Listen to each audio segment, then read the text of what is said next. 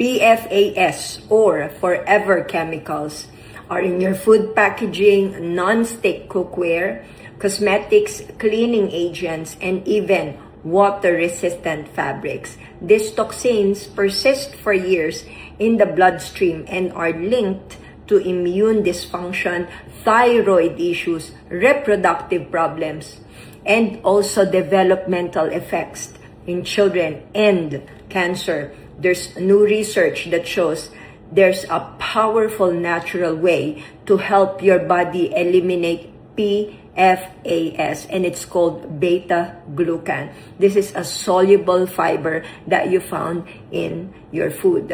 Beta-glucan binds PFAS in the gut, blocking the reabsorption and promoting excretion through digestion. This mechanism was demonstrated in a peer-reviewed study, providing a real, actionable way to reduce your toxic burden. Start feeding your body what it needs to fight back. Knowledge is power, and action is protection.